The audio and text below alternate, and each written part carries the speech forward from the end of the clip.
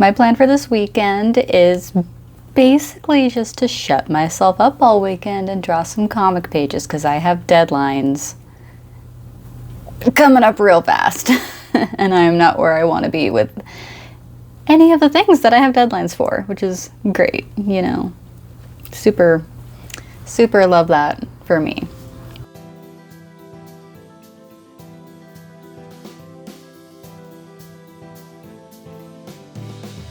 I am behind on regular pages for Saffron Wave.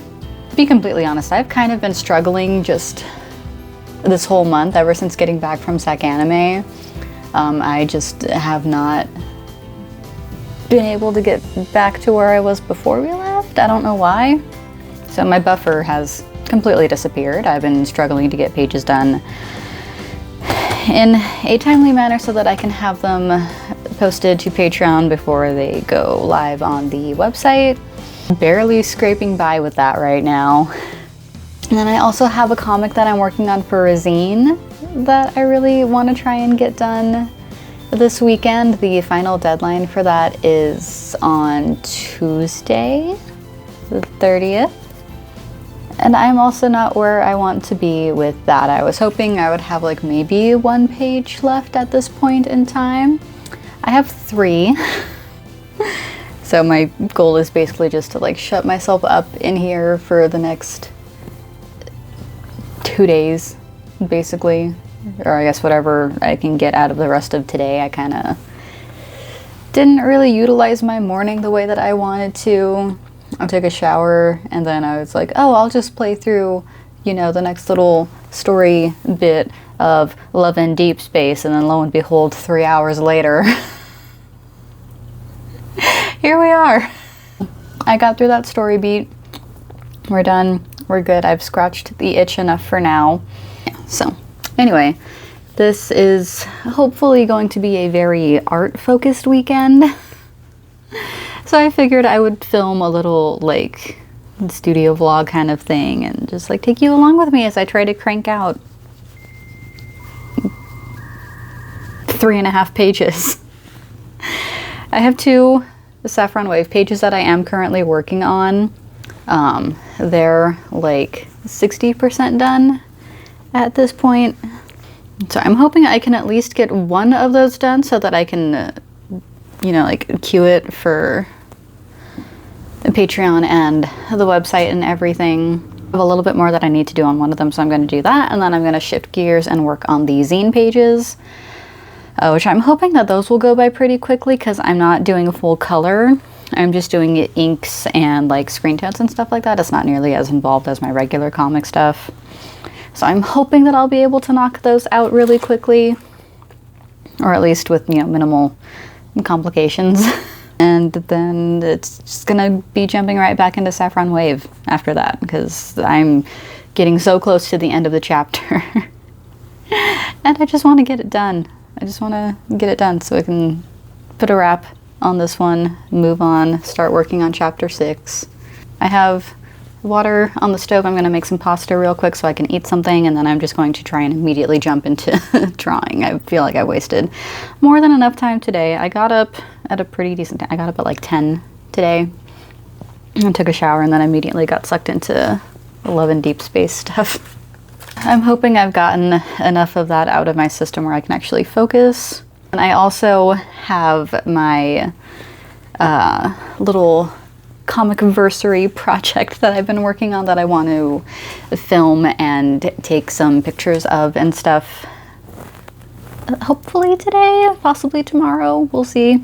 All of like the difficult, involved parts of that are done. I just need to like actually like take the celebratory photos and videos and stuff like that. Since it is Saffron Wave's 5-year anniversary this year, also on the 30th, I decided to bake a cake because that is a pretty big milestone, especially for me, knowing that all of my other previous comics have, 1, never gotten past chapter 3. Yes, thank you for emphasizing that. 2, they just haven't been like worked on for like the same amount of time consistently as Saffron Wave has been. I was like, that's a big deal for me. That is a pretty big milestone, and I wanted to celebrate by doing something more than just like an illustration like I usually do. So I was like, oh, I'll just bake and decorate a cake. I really want to cut into the cake and eat it, but I want to take the pictures and stuff first. So I'm going to try and do that today. I just called out wraps on this little talkie bit right here. All right, I'll see you in a bit. So originally I was going to do an entirely separate video that was going to be me talking about my comic and its history for my Comicversary project. That obviously has not happened, but you know, we're making do. So I thought I would talk a bit about the comic and its history and stuff like that, fill some of the dead air in this video with all that information. So let's just dive right in, I guess. I first came up with the idea for what would eventually become Saffron Wave around 2012-2013 when I was in college. I'd always been interested in ancient civilizations and history, but it really took off after I left high school. I was very much an Egypt kid growing up, and that's just always been like a mainstay of my interests. So when I went to college, my primary interests at the time were Celtic cultures, so I spent a lot of time on YouTube watching whatever documentaries I can get my hands on. I've also just had a long time interest in ancient Greece, Rome, Egypt, so on. So I don't doubt that I would have come across the Minoans in some form while I was in school prior to this point, but my interest really solidified around this point in college when YouTube recommended a documentary to me about the Minoan civilization. I was captivated, and like with all my other interests, I wanted to make a comic about them. That's just how I express my love, I suppose. I don't know. The original idea was just going to be a straight historical comic with no magic whatsoever, about a brother and sister living through the Bronze Age collapse.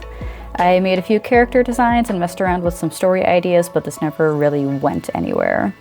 I was making a Celtic-themed webcomic at the time in the style of manga like Red River and Inuyasha, where it was like a time travel sort of thing. Modern person gets yoinked back in time. And I was also working on an old version of Oh Holy Hex, so I was prioritizing those, and the Minoan idea just went into a drawer in the back of my mind. Admittedly, I didn't really touch the idea again for a few years until I started doing my Magical Girl March art challenge. I did this pretty regularly from like 2016 or so up through 2020. And one of the original prompts in the list that I first started using was historical. So naturally, given my, longer standing interest in, Egyptian, Celtic, Greek civilizations and cultures and stuff like that, I decided to give a Minoan girl a try. I really thought that the clothing style would translate perfectly into a magical girl outfit. The tiered skirts and decorative trims that I saw in frescoes quickly converted into a fabulous getup, and that is how we got the first iteration of our main character, Nefeli. Around this point, the idea of a Minoan-focused webcomic resurfaced, and I started slowly reworking the story to be more magical girl-focused than just strictly historical. I had this lingering thought for most of my life about what would it be like to have been a Sailor Guardian during the Silver Millennium, since Sailor Moon has had such a huge impact on me and my life, and it also draws very heavily from mythology. And it has all these time travel elements, but nobody ever really explores the past very much, so that has always just been super intriguing to me about what it would have been like being alive during the time of the Silver Millennium. So using that as some sort of baseline, I let that carry me through rewriting my probably overly ambitious historical drama into something more within my wheelhouse. Now you might be wondering, why the Minoans? I just thought they were really interesting. Nobody else was making anything even remotely close to related to something like that. It felt like a niche that wasn't being filled, and I had, the hyperfixation and special interest to where I could potentially fill that niche. Overall, I feel like historical magical girls is a relatively unknown thing. I used to keep up pretty well with various magical girl webcomics over the years, but finding historical ones was really difficult. I've also just sort of fallen off trying to read every magical girl webcomic out there. I've gotten too particular in my tastes as I've gotten older. But one that I've really been enjoying that's in the same sort of historical vein is Nekahwal. I have no idea if I'm pronouncing that correctly. I am so sorry if I'm not. But it's about Mesoamerican magical girls. So that was like, you know, chef's kiss. It's beautiful. It's amazing. The art is fantastic. I love it. I'm sure that there's more out there compared to a few years ago when I first started working on the project. But again, I don't really have a lot of time to read comics as much as I used to anymore, since I do put so much time into making my comic. And I also have a day job and a social life and stuff like that. So I don't doubt that there are other magical girl comics out there that also take, you know, historical elements or historical settings, do the same sort of thing that I'm doing. I just don't have the time or energy to really look for them at this point. If you know of any, please let me know. I would love to read them. I do also feel like I need to mention at this point that, you know, contrary to a lot of other Greek mythology focused or Greek mythology themed comics that I've read in the past, Saffron Wave isn't retelling any one particular myth or anything like that. It's very much its own thing. It does still draw a lot from mythology, and, you know, I'm definitely including a lot of like aspects from different myths that I like, but that's not really the focus. The focus is on like the original story and my original characters. So just so that we have that out on the table, I'm not trying to like recreate anything necessarily. I'm very much just following the rabbit down the hole, indulging in my interests and doing whatever, you know, makes my brain make the heart emoji. So in addition to the story going through a lot of changes, the characters have also gone through a lot of changes. Nefeli, probably the most out of everybody. Her design has largely stayed the same over the years, but her personality and character arc are wildly different from what they originally were. When I was first reconstructing the story into a magical girl one, the plot was going to be very different, and Nefeli was going down an incredibly different path than what I currently have her set up for. The original version was going to just be a one-shot about Nefeli growing super resentful about being the only magical girl and having to do everything by herself, and basically becoming a villain for other magical girls set further up in that same timeline.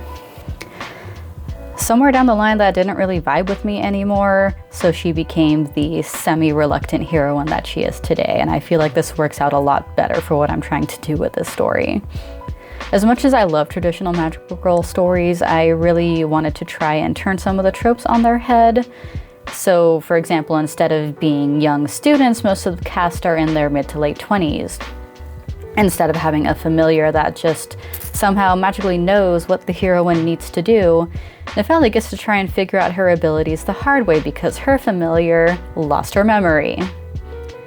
I really feel like this one is going to be more obvious in theory than in practice as of right now, mostly just because of webcomic time and the fact that it just takes me so long to put pages out right now. We're not really going to start seeing any of Nefeli struggling to learn how to use her powers without any help until chapter 6.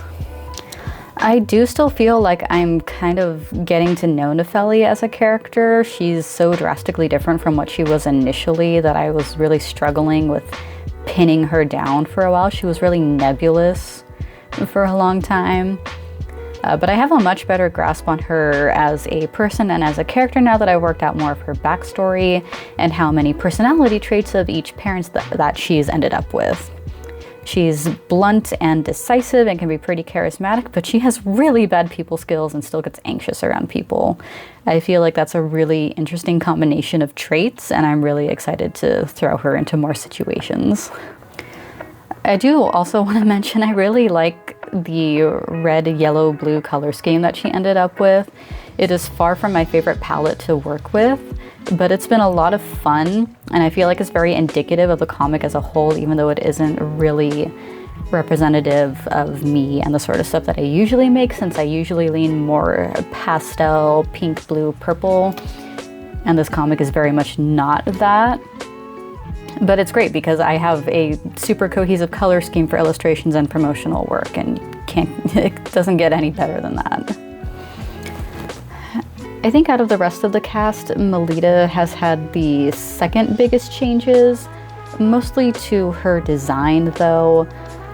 Originally she had blonde hair and more tan skin, and after a while I just decided that didn't really fit what I wanted for her. So I gave her long black hair in the same vein as some of my favorite manga characters, and I made her pasty, pale white girl in an attempt to make her stand out more among the crowd, since everyone else has more tan, olive, golden skin tones. There was a specific reason for this, but we won't get into that for a while, so just trust the process. I think after that, Hecate has the most noticeable changes. She used to be fairly confident and straightforward originally, and I revised that to where she's a lot more hesitant and avoidant and passive. And I feel like that's going to create really interesting dynamics with everybody moving forward. The rest of the cast have either largely stayed the same since I first conceived of them, or they're characters like Zeri, Melita's lady-in-waiting, who have just been complete curveballs and I have no idea what the hell they're doing, and I'm just trying to keep up at this point. Zeri is definitely a character that just kind of came to life and took control, and it's been interesting for me. I will say though that because I decided to make Hecate so like avoidant, she's probably the most difficult character to write at this point in the story. She's not doing anything. She's avoiding everyone. She doesn't want to take responsibility or step up in any capacity. And it's really hard for me right now to like make scenes involving her interesting and engaging, since a lot of the interaction is driven by other characters that she interacts with. They're not driven by her at this stage in the story. So with that touches more or less on all the main characters, basically. There are other characters that are important, but I don't want to talk about them too much because it's gonna get into spoiler territory. And I'd rather save that for the comic itself so everybody can get the reveals in real time and have a lot of fun with it. So that leads us to the big question. Where do we go from here? What happens now that we've hit the 5-year mark? Ideally, starting with chapter 6, that'll be updating twice a week. This has been a goal of mine for so long, I can't even begin to, I can't. This has been an ambition of mine for basically my entirety of making webcomics. I wanted to be able to update multiple times a week, but just between day job, social daily life things, the fact that I draw really slowly, and the fact that my art is pretty detailed, it's really difficult for me to get a lot done in all at once. But I've been working on building up habits of working on pages in batches, having my scripts ready ahead of time. So I'm really going to try and make 2026 the year of twice weekly updates for my comic. I want to do this for several reasons. First, to hopefully increase my readership and also keep people more engaged with more frequent updates. But I also just want to get through more of the story faster. I'm not trying to rush through anything necessarily, but at my current rate of putting out 1 chapter a year, I'm going to be making this comic for the rest of my life. While that wouldn't necessarily be a bad thing, I do also have other comics and other stories that I want to tell. I don't want to spend, the next 40 odd years of my life just working on one story, as much as I like the story. So I've got the script for chapter 6 done. I'm hoping to start thumbnails and stuff next month. I do have some holiday gift art that I want to make for people that I want to try and focus on for the rest of November so I can have enough time to order and have everything shipped in time for the holidays. But after that, it's gonna be just all comics all the time because I want to meet this goal of updating twice a week. I am determined. Nothing is going to stop me. And I guess that's about it for everything that I originally wanted to cover in my 5-year comicversary video. Thank you so much for watching. If you made it this far, I appreciate it as always. Feel free to subscribe and turn on the notifications. I don't have an upload schedule, so that's going to be one of the best ways to keep track of new videos. Or you can join my Patreon where I post everything before it goes live publicly. Thanks for hanging out. I'll catch you next time. Also, really quickly, just to bring the video full circle, I'm pretty sure I did meet the deadlines that I talked about at the beginning. Because I remember I was able to complete my pages for the zine and submit them, and comic updates wrapped up on time for chapter 5. Yay, I met my goal. Yeah. Do you want to say hello? Do you want to say hello? Not on the keyboard, please. Always on the keyboard. Hi. Yes, I know. Yes, I know. Oh, yes. Oh, yes. Oh, you're such a baby. You're such a baby. You are also standing on my hair. I wonder if your purring is going to pick up on the microphone. Nobody wants to see your butt. You're not going to be allowed on the desk if you keep whipping your tail around like that. It's because I'm talking. She really likes to be around me when I'm talking. Do you want to play with the dice? Do you want to play with the dice? Stop that. I'm just going to knock everything over.